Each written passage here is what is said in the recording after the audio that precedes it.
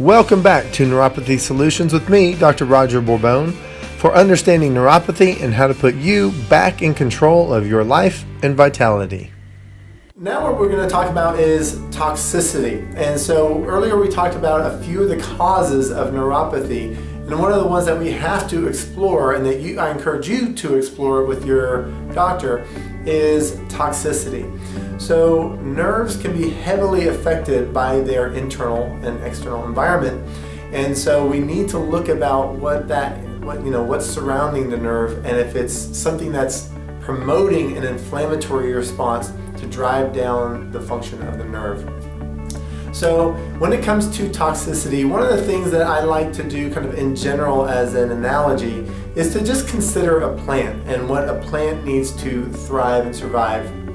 So the plant needs oxygen, it needs CO2 or good air, it needs water, it needs sunshine, and it needs good soil. So in this case, if you kind of think about that plant, and if it was potted in a poor quality soil, void of nutrients, and with toxicity in there, it's going to die off. And I actually have a patient who's an arborist, a specialist, or he basically diagnoses trees for a living.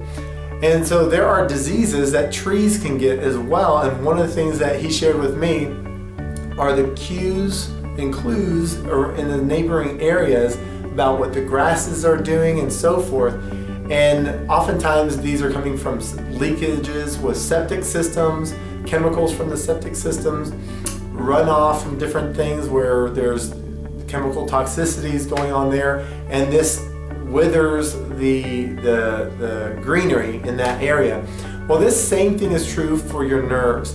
If your nerves know how to operate with oxygen and glucose and through normal activation, if what you're putting in the place with this kind of fuel supply are chemicals, your nerves don't know how to deal with that, and so they can wither and even shrivel, and it can even eat up the sheath around the nerve. So these can happen from external environments, things from the fumes from new paint, new carpet. The most common heavy metal toxicity is actually iron. But there are many other toxicities you can get through vaccinations, through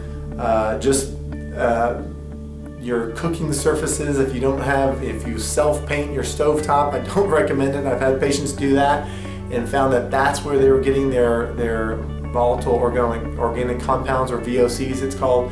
There are a lot of sources that need to be explored, and this is what your doctor visit should be dealing with. So if you're running into dead ends with your neuropathy, I encourage you to look at your environment and see if there might be a toxic exposure going on through something in your environment, or it could even happen through your prescription medications. We'll see you on the next video.